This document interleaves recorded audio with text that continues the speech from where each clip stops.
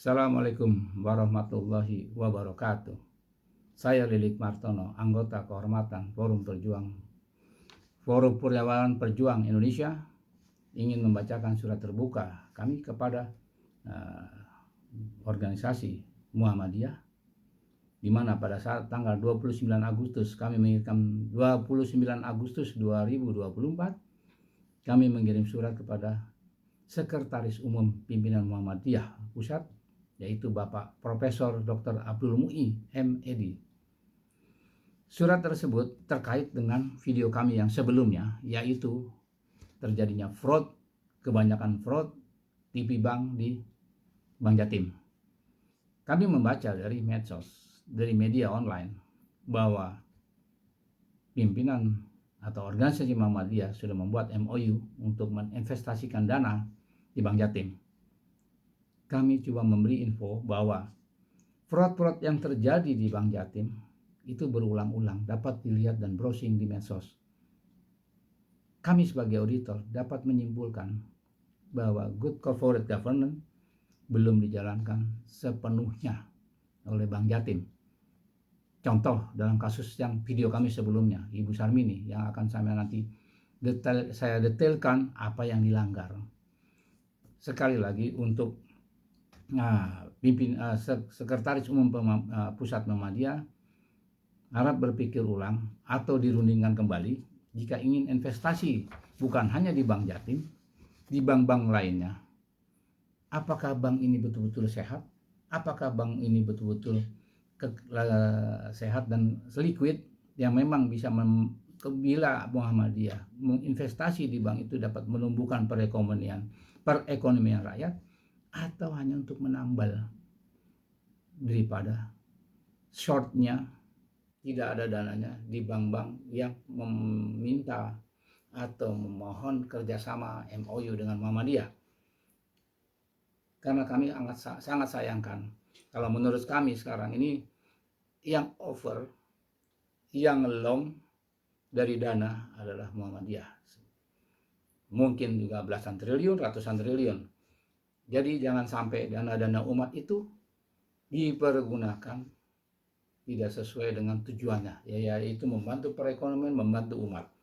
Jangan sampai untuk menambal daripada fraud yang terjadi atau jebolnya dana-dana bank yang dikorupsi, baik itu BUMN maupun bank swasta.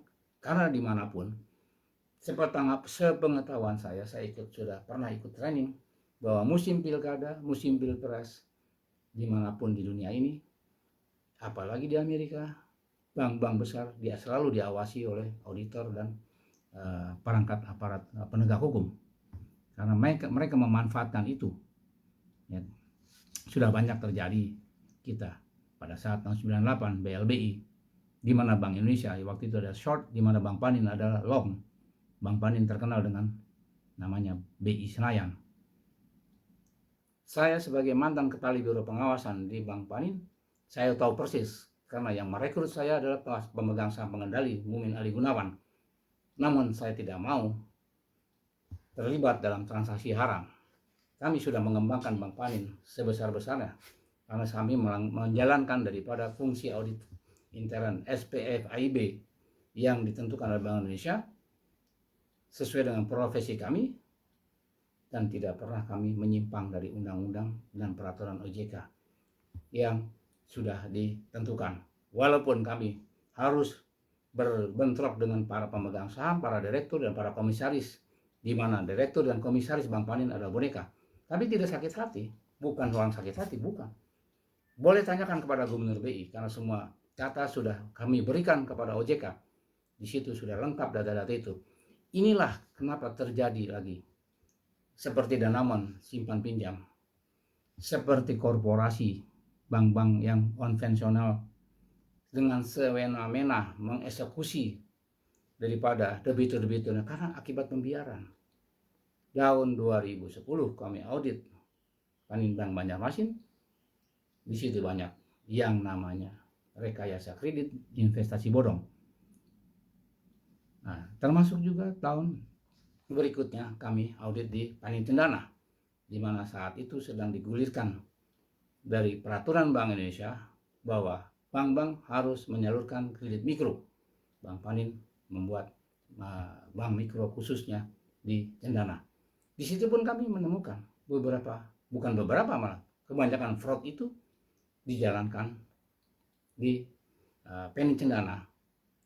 Nah, itulah yang sampai hari ini pertemuan kami baik di Banjarmasin maupun di Cendana dibiarkan, baik itu oleh Gubernur BI, OJK atau Bank Indonesia atau aparat kepolisian.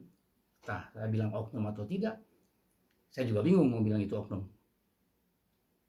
Kenapa?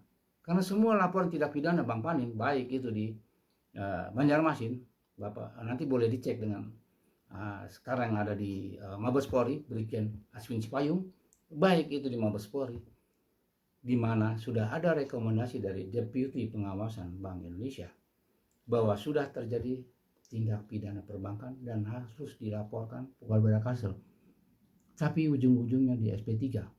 Apakah karena alasannya pemimpin cabang meninggal? Bukan, itu karena kejahatan perbankan itu adalah kolektif, kolegial. Di situ ada komite kredit cabang, ada komite kredit, komite kredit kantor pusat. Jadi tidak ada alasan bahwa itu di SP3 karena pemimpin cabangnya meninggal dunia. Sama juga di Mabes Polri. Saya nanti akan kembali setelah mungkin setelah pergantian pimpinan, kami akan kembali ke Mabes Polri akan mengungkap ini karena kami berkepentingan membantu negara dalam sistem perbankan nasional. Selama ini saya lihat banyak orang pintar di bank-bank BUMN, di bank-bank swasta sebagai auditor, compliance director, presiden director. Tapi kalau saya lihat dari data dan fakta di lapangan, fungsi audit intern, fungsi dari compliance director, fungsi dari unit UKPN yang melaporkan transaksi-transaksi mencurigakan atau unsuspicious transaction, suspicious transaction tidak pernah dijalankan, malah direkayasa. Nanti buktinya akan saya ungkap karena saya punya TPPU yang menyangkut dan menyentuh seluruh pejabat-pejabat yang mempunyai fungsi kontrol di bank-bank yang saya sebutkan tadi, apakah itu bank plat merah, apakah itu bank swasta, termasuk di perusahaan sekuritas. Mengapa kami dari udah 13 tahun ini bersama dengan auditor kami Yus Rusiana selalu berjuang dari mulai pribadi sampai masuk anggota kehormatan FPPI karena demi negara, demi bangsa. Coba lihat, sebelum Pakto 98, bank-bank nasional itu bertumbuh kembang sampai ke daerah. Setelah Pakto 98, dengan adanya bank asing bisa masuk ke daerah, hancurlah sistem perbankan nasional. Kami bermaksud kalau bisa, nanti pimpinan yang baru mengembalikan sistem perbankan nasional. Kalau bisa. Dan itu pun kita harus menyapu dengan sapu yang bersih. Sekali lagi, kami bukan barisan sakit hati, kami tidak perlu dibayar dan kami tidak perlu dikasihani. Kami hanya mengharap ridho Allah untuk membantu masyarakat terzolimi. Dan sekarang terbukti di mana-mana masyarakat susah, pertumbuhan ekonomi juga tidak bertumbuh secara optimal. Untuk itu sekali lagi kepada pimpinan Muhammadiyah dan Sekjen Muhammadiyah, Sekretaris Umum saya maksud, pimpinan Muhammadiyah Pusat, Profesor Dr. Abdul Muti, MED, mohon dibaca surat kami. Di situ juga terlampir mengenai fraud-fraud yang terjadi di Bank Jatim dengan data-datanya. Kenapa kami membuat video ini? Karena menurut penerima daripada surat ini bahwa Bapak Profesor Dr. Abdul Muti datang ke Muhammadiyah Pusat, katanya kalau ada kesempatan saja. Saya khawatir ini tidak dibaca. Dan mungkin juga Profesor Dr. Amin Rais, Din Samsudin, dan Pak Busro Mukodas bisa memfollow up mengenai MOU antara Muhammadiyah dengan bank-bank yang berisiko tinggi, high risk. Jangan sampai itu dilakukan dulu sebelum bank itu memperbaiki sistem manajemennya dan sampai mencapai good corporate governance. Termasuk pertambangan yang saya baca. Karena di Banjarmasin itu kami sudah menemukan beberapa pertambangan batu